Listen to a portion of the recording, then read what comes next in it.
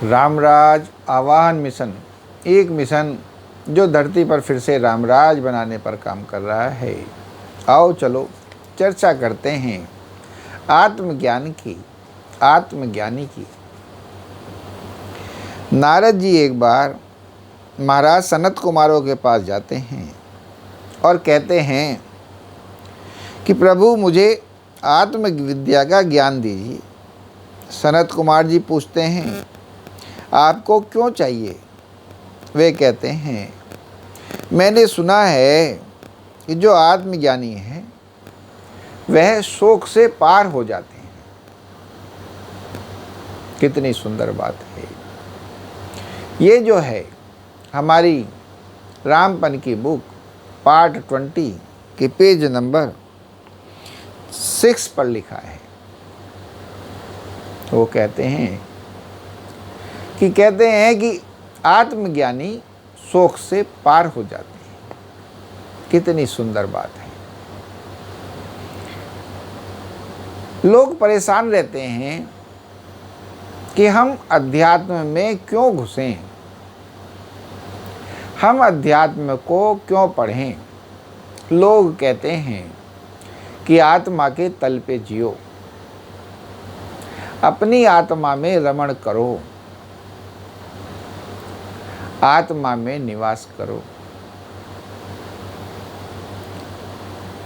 तो सभी का सवाल रहता है कि क्यों करें।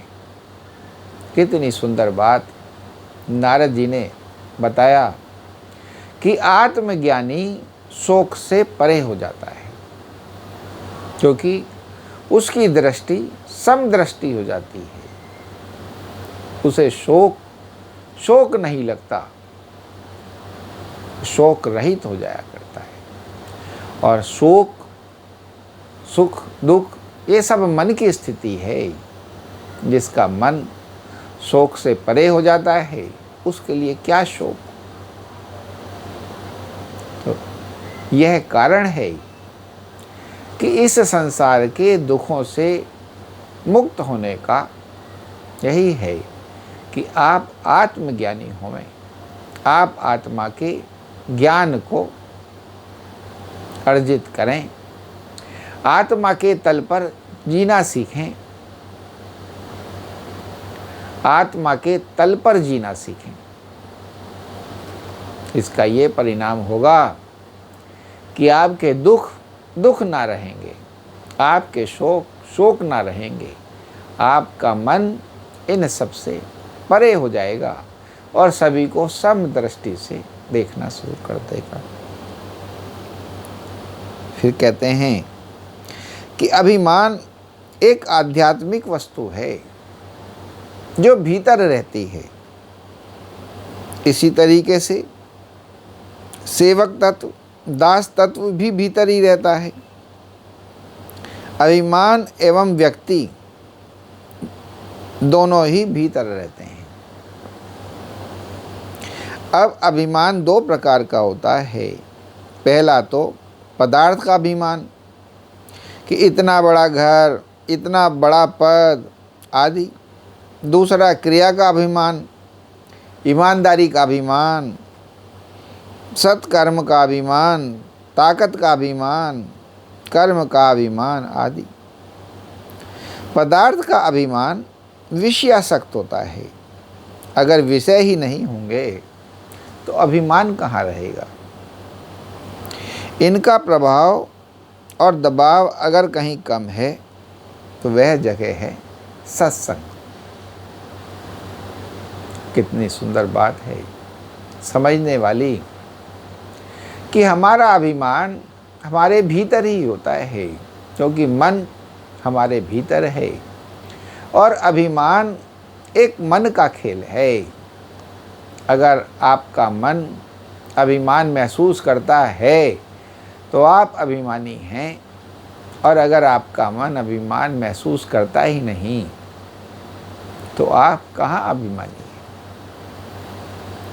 और कितनी सुंदर बात बताई है कि अभिमान भी दो तरीके के होते हैं।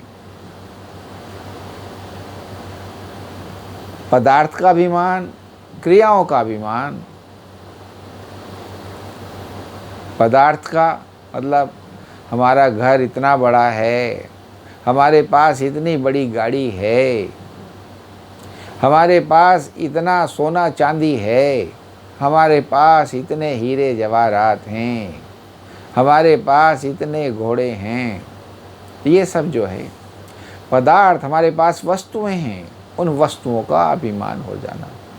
दूसरा, अपनी ताकत का अभिमान, अपने कर्मों का अभिमान कि मैं तो तलवारबाजी में सबसे ज़्यादा होशियार हूँ, मैं तो पढ़ाई लिखाई में बहुत ही बुद्धिमान हूँ, हमेशा सर्वप्रथम आता हूँ,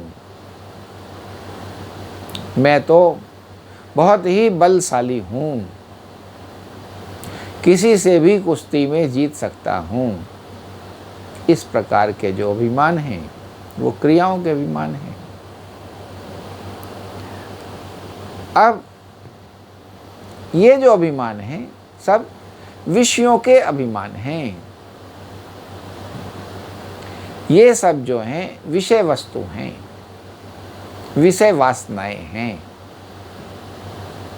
विषय भोग हैं जो संसार के दिए हुए हैं, संसार जनित हैं।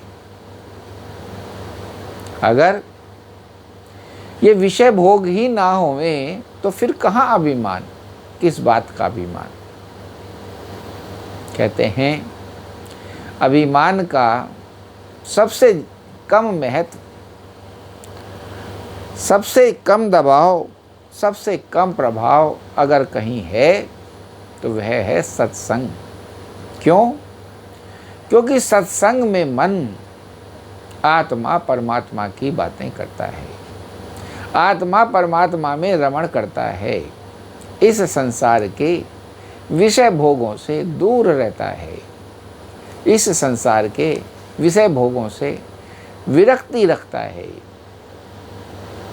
इस संसार के विषय भोगों से बचने का साधन ढूंढता है, उनमें अपनी आसक्ति को दूर करने का साधन ढूंढता है। तो चूंकि सत्संग में विषय भोगों का बहुत ही कम वास होता है, इसी वजह से सत्संग में अभिमान का भी बहुत कम प्रभाव होता है, बहुत कम दबाव होता है। तो इस प्रकार है अभिमान से बचने का प्रयास, जो आत्मा के स्तर पर जाकर, सत्य के स्तर पर जाकर, सत्संग के स्तर पर जाकर स्वयं ही हो जाने लग जाया करता है। बोलो श्री रामचंद्र भगवान की जय, पवन सुत हनुमान की जय। और कितना सुंदर वर्णन, जैसे ये हमारी रामराज की राहें हैं, रामपन की राहें हैं, राम की राहें हैं। हम चाहते हैं हमारी इस वीडियो को ज़्यादा से ज़्यादा लाइक, शेयर, कमेंट एवं फॉलो करें और हमारे चैनल रामराज्य आह्वान मिशन को सब्सक्राइब करें, ताकि ये जो पगडंडियाँ हैं, ये जो मार्ग हैं, ये जो शिक्षाएं हैं जन जन के मन तक पहुँचें और उनके मन इनमें स्थापित हो सकें। जय श्री राम।